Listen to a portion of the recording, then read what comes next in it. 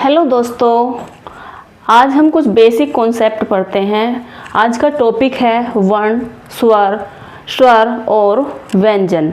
तो आज हमने बेसिक से स्टार्ट किया है। ये सभी परीक्षाओं के लिए, जैसे कि यूपी टेट, बिहार का जो 1.4 आने वाला है उसका, अगर हमारा बेसिक ही क्लियर नहीं होगा तो हम आगे नहीं बढ़ सकते हैं। तो ये हमारे लिए आज की वीडियो बहुत ज़्यादा इम्पोर्टेंट है, इसे आप पढ़िए और ध्यान से सुनिए। मैं गीता आपका अपने चैनल में स्वागत करती हूँ। ठीक है, तो आइए शुरू करते हैं। वर्ण, स्वर और व्यंजन। तो सबसे पहले ये हमारे बेसिक हैं, ये हमारे क्लियर होने ज़रूरी हैं। तो देखिए वर्ण क्या है। सबसे पहले हम वर्ण पढ़ेंगे। वर्ण भाषा की वह छोटी से छोटी ध्वनि होती है जिसके टुकड़े नहीं किए जा सकते हैं। वर्ण क्या होता है? वर्ण भाषा की ऐसी छोटी से छोटी ध्वनि होती है जिसके और टुकड़े नहीं किए जा सकते, मतलब जिसको अलग नहीं किया जा सकता है। जैसे हमने मान लिया एक वर्ण लिया, जैसे कि आ, तो हम इसके टुकड़े नहीं कर सकते हैं, इसको हम अलग नहीं कर सकते हैं, यह अलग नहीं किया जा सकता है। ठीक है। और वर्ण के भेद, वर्ण के कितने भेद होते हैं? वर्ण के 2 भेद होते हैं, स्वर और व्यंजन। वर्ण जो है उसके 2 भेद होते हैं, स्वर और व्यंजन।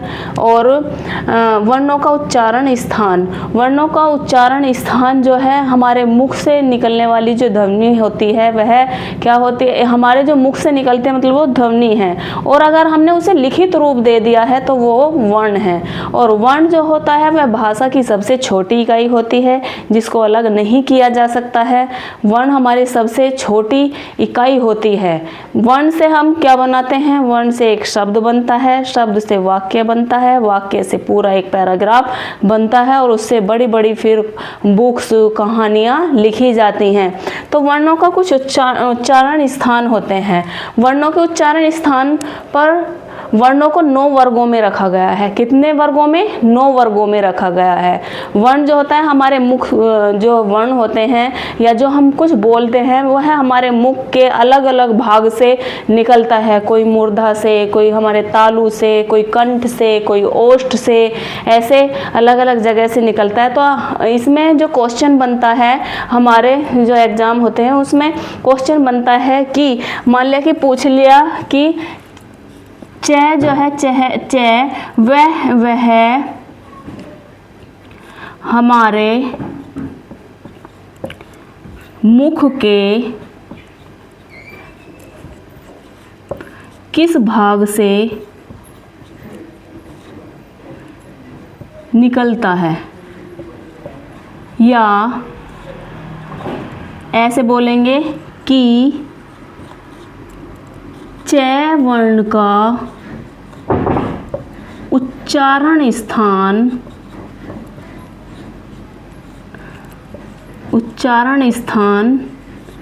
क्या है?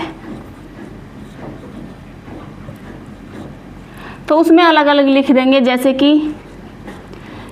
कि तालु,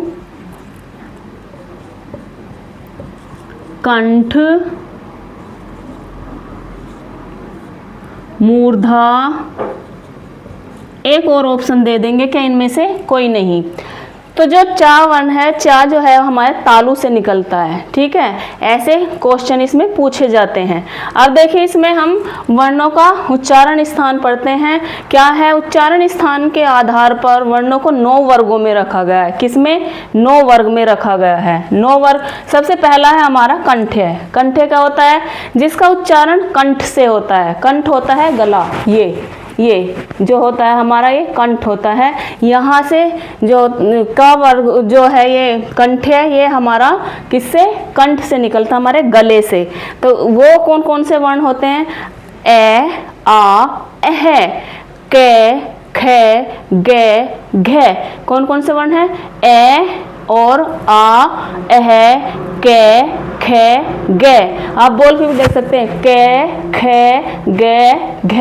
तो ये हमारे सारे जो वर्ण हैं ये यहाँ से गले से निकलते हैं, ठीक है। दूसरा है तालव्य। क्या है दूसरा? तालव्य। तालव्य जिनका उच्चारण तालु से होता है। तालु से मतलब जो हमारी जीभ होते हैं वो ऊपर तालु पे यहाँ पे जाके लगती है, ऊपर हमारे तालु पे, तो उसे बोलते हैं हम तालु। तो जो च वर्ग वो है तालव्य, उसका स्थान जो है क्या है? उच्चारण स्थान तालु। किसका? तालव्य का। और ये वर्ण होते हैं च, छ, ज, झ, श। क्या? श। और ई। छोटी ई जो कहते हैं जैसे, जिसकी मात्रा इधर से लगती है, जैसे कि दिन। और बड़ी दिन। क्या होता है? दिन मतलब जैसे कि यहाँ पे हमने लिख दिया दिन। दिन क्या होता है? सवेराया, मतलब रात और दिन होता है ना, तो दिन। और एक होता है दीन होता है गरीब। तो इसका उच्चारण स्थान होता है ये। फिर नेक्स्ट है हमारा 3 पे आता है मूर्धन्य। मूर्धन्य होता है जिनका उच्चारण मूर्धा से होता है। मूर्धा मतलब जीभ हमारे जो जीभ का हमारा पीछे वाला भाग होता है उसे बोलते हैं हम मूर्धा। क्या बोलते हैं? मूर्धा। तो तीसरा है मूर्धन्य जिनका उच्चारण मूर्धा से होता है। वह होता है ट, ठ, ड, ढ, ढ, ड़। ये जो हमारी ट, ठ, ड, ढ ये जो है ये ध्वनि, ये तो होता है हमारा ट, ठ, ड, ढ वाला। और ये जो है ये हिंदी से ही, हमारे हिंदी के ही अक्षर हैं, हिंदी के ही वर्ण होते हैं। और एक होता है र। क्या? र। और एक होता है री। और एक होता है श। क्या होता है? श। ठीक है। तो ये होते हैं हमारे मूर्धन्य वर्ण। क्या बोलते हैं इन्हें? मूर्धन्य वर्ण। याद रखिए इसमें यहाँ पर स्वर भी व्यंजन है, मतलब स्वर वर्ण भी हैं और व्यंजन भी हैं। हमने सभी को वर्णों के 9 भागों में, किसमें? 9 वर्गों में इन्हें रखा है। और नेक्स्ट है हमारा 4 क्या है? दंत्य। क्या? दंत्य जिनका उच्चारण स्थान ऊपर के दांतों से होता है। दंत्य जो वर्ण है नंबर 4 वाला, उसका उच्चारण स्थान है ऊपर के दांतों से। ऊपर के जो दांत हैं वह हमारे इससे, जैसे कि ट। क्या है? ट। तो ये जो ऊपर के दांत हैं हमारे यहाँ पर जीभ पे लग रहे हैं। तो बोल के देखिए, आप भी आपको बोल के देखना है, जैसे कि ट, ठ, ड, ढ, ल और स। क्या? स। क्या है? स। ठीक है। तो ये हमारे क्या है? दंत्य वर्ण है। क्या है? दंत्य वर्ण। नेक्स्ट है ओष्ठ्य। नेक्स्ट क्या है? नंबर 5 ओष्ठ्य। ओष्ठ्य होता है जिनका उच्चारण दोनों होठों से होता है। दोनों होठों से होता है इनका उच्चारण। अगर मान लिया हमने ये दोनों अपने होठ यहाँ पे पकड़ लिए, बंद कर लिए, तो हम इन्हें नहीं बोल सकते हैं। जैसे ऊ। क्या है? ऊ। तो ये हमारे दोनों होठों से बोला जा रहा है। ऊ। पै। क्या बोला? देखो दोनों होठ चले हमारे। पै, फै, बै और भै। तो ये होते हैं हमारे ओष्ठ्य व्यंजन। क्या है? ओष्ठ्य व्यंजन। फिर नेक्स्ट है नंबर 6 नासिक्य। नासिक्य क्या होता है? इनका उच्चारण मुख और नाक से होता है। हमारे मुंह से और नाक से जिनका उच्चारण होता है वे होते हैं हमारे नासिक्य वर्ण। क्या होते हैं? नासिक्य वर्ण होते हैं। जैसे अंग। क्या है? अंगा। तो हमारा मुंह और नाक से भी और मुंह से भी, दोनों से बोले जाते हैं। ण्या। क्या है? ण, ण, ण। नाक और मुंह दोनों से। या। क्या है? या। और ये है ण। और न और मैं।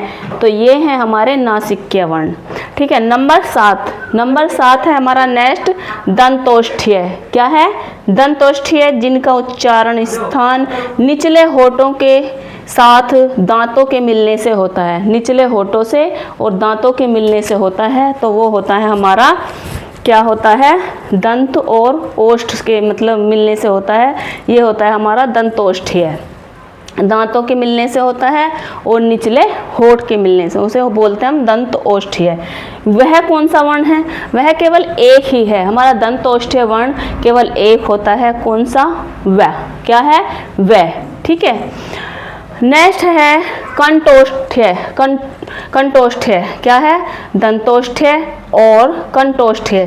कंठ और ओष्ठ है। क्या है इसका मतलब?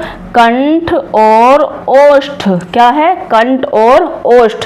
कंठ के और होठ के मिलने से जिनका उच्चारण होता है, देखो कंठ और होठों के मिलने से होता है, यह होते हैं हमारे दो हैं। कौन कौन से? ओ। कौन कौन से? ओ और आउ। ये हमारे दो वर्ण हैं कंठोष्ठीय। ठीक है। नंबर 9 है हमारा कंठ तालव्य। कंठ तालव्य का मतलब आप समझ रहे होंगे क्या क्या मतलब? कंठ गले से और तालव्य, तालव्य मतलब हमारे ऊपर जो जीभ के ऊपर वाला भाग होता है वो होता है तालव्य, जिनका उच्चारण कंठ और तालु से होता है। ये होते हैं हमारे वर्ण ए और आई। इससे बहुत सारे, तो मैंने आपको आज ये पढ़ा दिए, इनसे बहुत सारे क्वेश्चन बनते हैं। ये नहीं है कि हाँ ये छोटा है या बेसिक है, ये नहीं आएगा, ये आता है। मैं इसके आपको क्वेश्चन भी कराऊंगी, तो आपको ये वीडियो अच्छे से देखना है और समझना है। ठीक है। इस वीडियो को बार बार देखिए कि मैंने कौन कौन सा वर्ण कौन से वर्ग में रखा है, कौन से वर्ग में होता है। मैंने आपको बताया है कि वर्णों का जो उच्चारण स्थान है उन वर्णों को 9 वर्गों में रखा गया है। वो सारे 9 वर्ग मैंने आपको पढ़ा दिए हैं। आपको ये अच्छे से देखना है। ये वीडियो, ये जो वर्ण मैंने आपको पढ़ाए हैं, हम आपके एग्ज़ाम के लिए बहुत ज़्यादा इम्पोर्टेंट हैं। ठीक है। आगे और हम आगे पढ़ेंगे स्वर और व्यंजन।